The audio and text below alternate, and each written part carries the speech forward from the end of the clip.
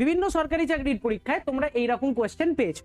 আমরা এই কোয়েশ্চেনকে কত সহজে করব সেটা দেখে নাও।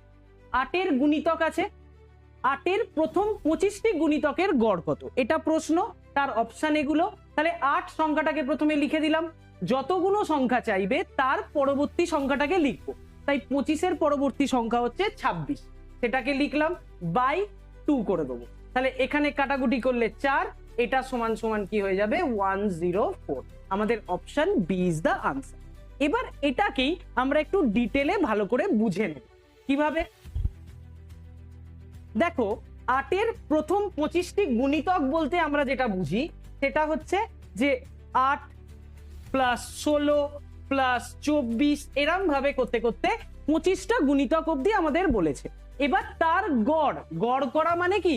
গড় করা মানে যতগুলো সংখ্যা তত দিয়ে ভাগ।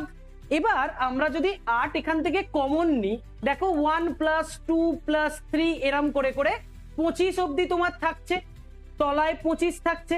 এবার তোমরা জানো প্রথম স্বাভাবিক সংখ্যার, প্রথম n খানা স্বাভাবিক সংখ্যার গড় n ইন্টু n প্লাস 1/2।